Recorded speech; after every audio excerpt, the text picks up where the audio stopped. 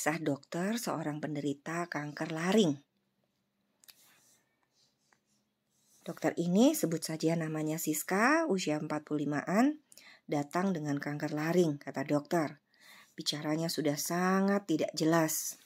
Sangat galau karena kata dokter pita suaranya mau diangkat karena kanker.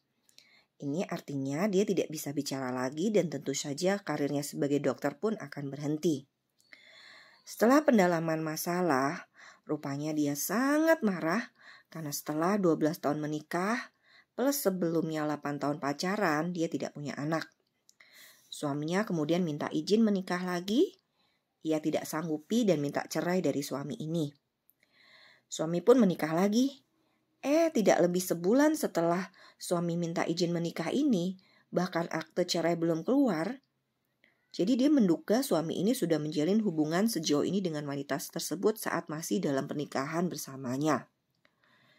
Dan yang lebih membuat dia lebih marah lagi, dia mendengar kabar istri baru suami ini hamil sebulan setelah pernikahan mereka. Singkat kata, intinya Siska ini marah hebat. Ke siapa?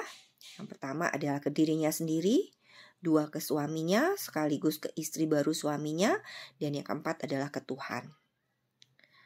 Marah kenapa ia begitu bodohnya selama ini cinta buta sama suami ini, mengorbankan segala-galanya untuk suami ini, tapi apa balasannya? Menikah sejak suami ini masih kuliah, dia sudah jadi dokter, turut membiayai kuliah suami sampai S2, sampai keterima PNS, kemudian menjadi pejabat. Marah sama suami seakan-akan habis manis sepah dibuang. Mentang-mentang sekarang sudah sukses, sudah jadi pejabat, dia ditendang begitu saja. Seakan-akan dia tidak berharga. Seperti sapi saja yang bisa dihargai kala masih bisa beranak. Setelah gak bisa beranak dipotong, dijual alias dibuang begitu saja. Dan yang terakhir marah sama Tuhan yang dianggapnya tidak berbuat adil. Dia sudah berbuat segalanya, dia korbankan dirinya untuk membagikan orang lain, suami, bahkan semua pasien-pasiennya. Kok Tuhan tidak adil, tidak memberikan dia anak? Sahabat bisa lihat dalam slide di atas. Pesan cinta dari masalah di tenggorokan adalah kemarahan yang amat sangat sampai tidak bisa bicara lagi. Dikenali oleh dokter sebagai kanker laring, mau diangkat pita suaranya.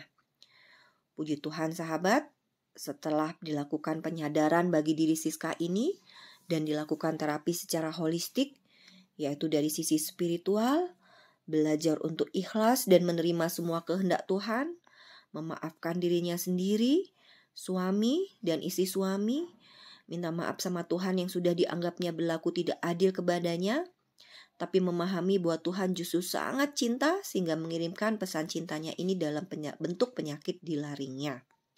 Dan dilakukan pula terapi atau pendekatan dengan psikologi klinis, dikeluarkan semua amarah-amarah yang dia simpan selama bertahun-tahun ini, dan diakhiri dengan forgiveness. Seperti ajaib, suaranya berangsur-angsur kembali dan membaik walaupun tidak sesempurna aslinya, tapi suara atau bahasa yang dikeluarkannya sudah dapat ditangkap oleh orang lain. Ini sebenarnya bukan keajaiban. Ini mekanisme tubuh semata dan pesan cinta Tuhan saja melalui tubuh ini lewat penyakit ini. Suara yang dikeluarkannya tidak seperti sebelumnya, seperti orang kumur-kumur saja, sehingga orang lain susah menangkapnya. Demikianlah sahabat, dari pengalaman Siska ini kita belajar bagaimana teori tentang pesan cinta melalui penyakit bukanlah sekedar teori semata. Sudah banyak pembuktian dan kesaksiannya. Tinggal kita sekarang mau meyakininya atau tidak. Terbuktikan banyak pasien-pasien kanker dan penyakit kronis lainnya sudah berobat ke sana kemari. Kanker sekaligus organ yang sudah diangkat, sudah dikemo, sudah diradiasi, sudah minum obat banyak, sudah makan sehat, diet ketat, olahraga, olah nafas, meditasi, dan lain-lain. Kankernya atau penyakit-penyakit lainnya tetap ada, malah metastase kemana-mana, atau malah komplikasi dengan penyakit-penyakit lain, semakin banyak penyakit-penyakitnya, atau sembuh sebentar besok sakit lagi. Saya bukan sedang mengatakan bahwa sahabat tidak perlu berobat, bukan. Silahkan melakukan segala bentuk pengobatan atau ikhtiar apapun yang menurut Anda benar dan cocok bagi diri Anda. Tapi Jangan lupakan pesan cinta semua penyakit-penyakit sahabat saat ini. Karena sekali pesan cinta ini mampu dipahami dan sahabat mampu merubah emosi-emosi terkait pesan cinta ini, disinilah jalan kesembuhan mulai terbuka lebar. Sebaliknya, saat sahabat belum mampu menangkap pesan cinta ini dan emosinya masih hama, maka jangan heran bila penyakit-penyakit ini seperti muter-muter saja di tempat. Tidak kunjung membaik, yang ada malah tambah parah atau penyakitnya bertambah. Setelah berbagai ikhtiar dilakukan, keluar uang banyak, pengorbanan waktu dan tenaga yang tidak sedikit, bukan kesembuhan yang didapat, malah semakin galau karena sudah habis-habisan. Sekarang pilihan di tangan sahabat semua.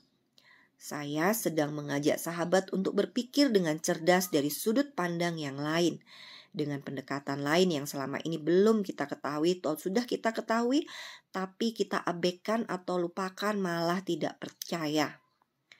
Ilmu Tuhan adalah tanpa batas, sahabat.